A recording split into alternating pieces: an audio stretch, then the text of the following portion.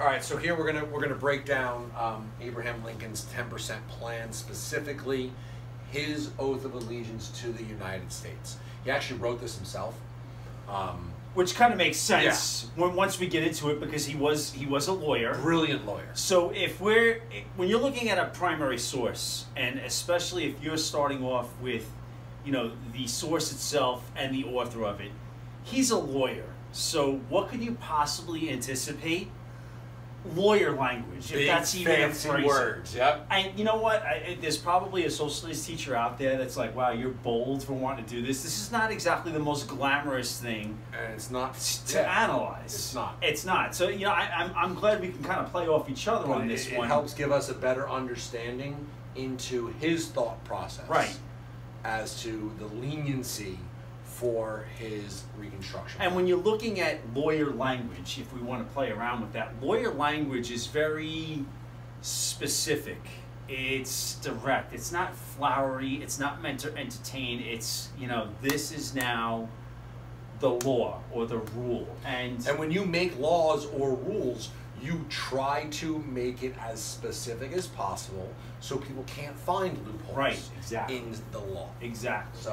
So even though there's like a couple of parts to this, probably we'll do it like slide by slide. Yeah. Okay. And if you're having trouble sleeping, maybe this might help you. Mm-hmm. Okay. But if you're looking at this particular document, words that students do struggle with and do pop out, proclaim, implication, intervene, restoration part, those can kind of like trip you up. So when we're looking here, I guess I'll read it and then we'll stop and break down. All right. So sounds good. So this is the Proclamation of Amnesty. Of course, we addressed this before. Amnesty is going to mean a government pardon. And Reconstruction, again, we're looking at Reconstruction, rebuilding the South after the Civil War. So there's certain things when you're reading lawyer language, I guess you could say, you don't want to get tripped up on the vocabulary. All right, so that's one. So who is this by? This is by the President of the United States of America, who was a trained and learned lawyer. So here we go. I'll read it to you. Try to stay awake. Try. I, Abraham Lincoln, President of the United States, do proclaim, declare, and make known to all persons who have, directly or by implication, participated in the existing rebellion, except as hereinafter accepted, that a full pardon is hereby granted to them and each of them with restoration of all rights of property, except as to slaves, and in property cases where rights of third parties shall have intervened, and upon the condition that every such person shall take and subscribe an oath, and thenceforward keep and maintain said oath, inviolate, in which oaths shall be registered for permanent preservation, and shall be of the tenor and effect following to wit. And we'll address that separately. Kudos to you for not falling asleep on that one. Okay. All right. So where do you go from this? Yeah. So first he's basically saying, I am declaring, I'm making it known to anybody who has participated, whether directly or indirectly, in the rebellion, the existing rebellion. So this is being written before he's dead. Before, sure. Obviously, before he's dead. But before the war, before the war has come to an end. Right. And then he says that I will grant a full pardon, except where hereinafter accepted. He's going to explain who is going to be accepted from that particular pardon, and that all rights of property, they will receive full restoration of all their rights, including their property rights, comma, with the exception of slaves. Because Lincoln's like, I know you Southerners love to think that slaves were property, and in fact, legally, they were property of their owners as per the Dred Scott decision, when the Supreme Court declared that slaves are in fact property of their owners. So this is again legal terminology that Lincoln had to include.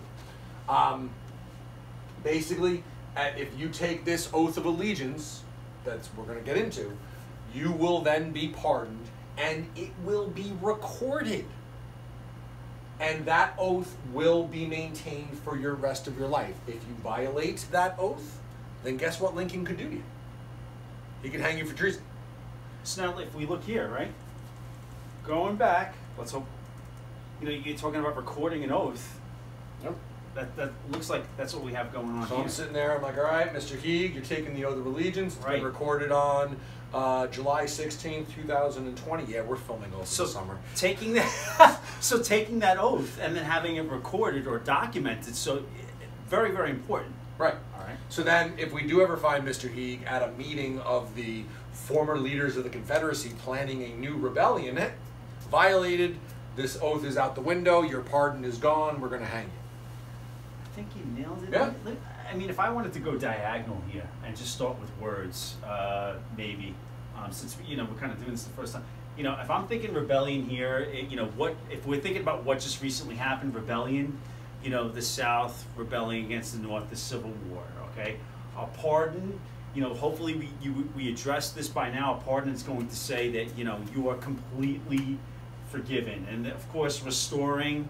If you're looking at a piece of furniture and you're trying to, an old piece of furniture, mind you, and you're trying to bring it back to life by adding the paint, sanding, and all that wonderful stuff that you see in an antique store, you're kind of giving something more life. And when we're looking at the restoration of that, we're talking about rights. Anything else? No. Yeah, intervened, you're getting rights. I think sometimes, hopefully, depending on where you struggle, if you addressed it with the vocabulary and kind of worked it just one way, because you'll see documents like this. Okay, but wait, there's more. So we ended up here. Okay, so let's see. To it. So now we're getting to the oath part. All right. So I state your name. Do solemnly swear in presence of Almighty God that I will henceforth faithfully support, protect, and defend the Constitution of the United States and the Union of the States thereunder, and that I will, in like manner, abide by and faithfully support all acts of Congress passed during the existing rebellion, which reference to slaves, so long and so far as not repealed, modified, or held void by Congress, or by decision of the Supreme Court, and that I will, in like manner, abide by and faithfully support all proclamations of the President made during the existing rebellion having reference to slaves, so long and so far as not modified or declared void by decision of the Supreme Court. So help me God. Now, if you were following us right now would be a good time for you to wake up so we can explain this to you and kind of, holy smoke. This is why I never, I could never have gone to law school or any of that stuff. I know. It's just, whoa. This is definitely not like your Harry Potter or anything that's going to... You could ask Mr. Miller. Law school is all about reading and reading. Dude. All right, so, okay. What's Lincoln saying here? This is the actual oath. Right. This is like, I pledge allegiance to the flag. Right. I, John E. right Kevin hand. Kogan, Yep. do solemnly swear that blah, blah, blah, that I will support, defend the Constitution. Now, this is where Lincoln gets crafty. And that I will in like manner abide by and support all acts of Congress passed during the existing rebellion. Spoiler alert. During the Civil War, Congress, without the Southern representatives there, passed the 13th Amendment, which abolished slavery. So I will support anything that has been passed within Congress during this rebellion. And I will also faithfully support any proclamations of the President. Did Lincoln make any important proclamations during the Civil War? I think I'm thinking of one in 1863. Like yeah, emancipating and the Emancipation Proclamation. There we go. So not only will I support now the 13th Amendment and then so forth, the 14th and 15th, which we'll get into, I'm also going to support the Emancipation Proclamation. I'm basically saying, if I'm a Southern Confederate soldier, that I support the defense to get my neck out of the noose, if you would, to save my life. I'm going to admit that slavery is over. Now, the funny thing is, I'm glad we get to do this together because we're going to play on, not every Southerner had exposure to a much more advanced or dynamic education. That is correct. So not everybody, and you could say the South or throughout the United States. So, when you're bringing that up and you're taking an oath, you wonder, and of course, you got to do some digging, which is the great thing about it. How many of them really understood that part? What they were signing. Right, what they were signing. And let's also not forget, Yeah. 90% of Southerners didn't own slaves. Right. You know, they were poor white farmers Right. who couldn't even afford to own the slaves if they wanted to. It's Right. that There's small there's percentage. that piece as well. Okay. So it's, you know, but again, you sign this, you're good. You're good. Except for who? All right, so here we go. You can put your head down, take a nap. All right, take a nap right now. Don't worry, we'll wake you up when I'm done with this in 20 minutes. The person's accepted. Accepted. Not accepted like you got into college. Right. Except like, I like the Mets, except they're really not that good. Your ELA teacher, I'm sure there's a word for it right now. I'm trying to think. I mean, this is probably where you should be paying attention beyond this. I know that's how it was for me. The person's accepted from the benefits of the foregoing provisions are all who are or shall have been civil or diplomatic officers or agents of the so-called Confederate government, all who have left judicial stations under the Constitution to aid the rebellion, all who are or shall have been military or naval officers of said so-called Confederate government above the rank of colonel in the Army or of lieutenant in the Navy, all who left seats in the United States Congress to aid the rebellion, all who resigned commissions in the Army or Navy of the United States and afterwards aided the rebellion, and all who have engaged in any way in treating colored persons or white persons in charge of such, otherwise than lawfully as prisoners of war, and which persons may have been found in the United States service as soldiers, seamen, or in any other capacity. I don't even think Morgan Freeman narrating this or reading it can make it sound interesting. No. No. Not at all. No, you can't. But what I love that Lincoln does here. Yeah. All right, so the persons that are accepted are anyone who served in any civil or diplomatic officers of the so-called Confederate government. This is like the backhand to the face of the Confederacy that Lincoln has been wanting to deliver to them since the first shots were fired at Fort Sumter. You're never advocating kicking the loser, but this would certainly be it. Yes, because from the day the war started, the Confederates looked at it as a war between two countries, the Confederate States of America and the United States of America. They wrote their own constitution, they did this, they did that. But in the eyes of Lincoln and the Union, it was one country fighting a rebellion, again, an insurrection from within. And again, I show that clip from Lincoln, where General Ulysses S. Grant meets with Alexander Stephens, the Vice President of the Confederacy, and Stephens is like, well, our country's at war, and Grant stops him right there. He goes, no. He goes, our country's at war. You are fighting against my country right now. And it was just like, boom, shut up. So Lincoln's like backhanding with this so-called Confederate. But now he's laying the groundwork for who are those leaders of the Confederacy that we mentioned in the 10% plan. Because there's different areas in the South or different levels in society or within government that have leadership roles. You have the government, political, and then you have the military. Yeah. So basically, he's basically saying, if you are the rank of colonel or higher, no, above colonel, which is basically the generals, right? That's pretty much it. If you are the generals of the Confederacy, the Stonewall Jacksons, the Robert E. Lees, the Benjamin Buford Hayes, or whoever they are, Pickett. Let's just put this. I don't know what the officer or enlisted rank structure looked like. However, it should be probably from 2020 to then, it's probably the same. When you're looking at generals and you're in the military and you're looking at either generals or admirals, they're almost like unicorns. Yeah. You really don't see them. If you do, you're like, oh my gosh, it's a general or a unicorn or whatever the case may be. So you're talking about, and then the fact that Mr. Cogan was just using one hand, you're talking about the amount of people that you can almost count on one hand, which means, who are you punishing? A very, very few. Now, who are the people that have to answer to these, the colonel and generals?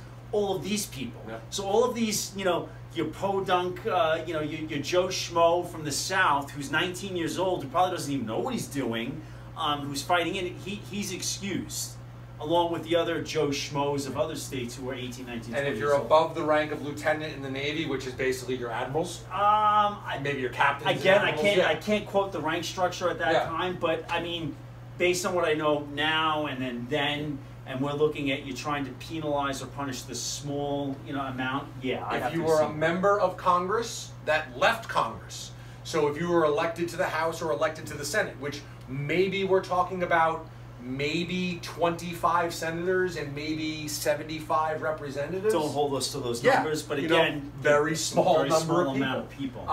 And anyone who resigned commissions within the Army or Navy and then helped he's basically saying, you, Mr. Robert E. Lee, Right.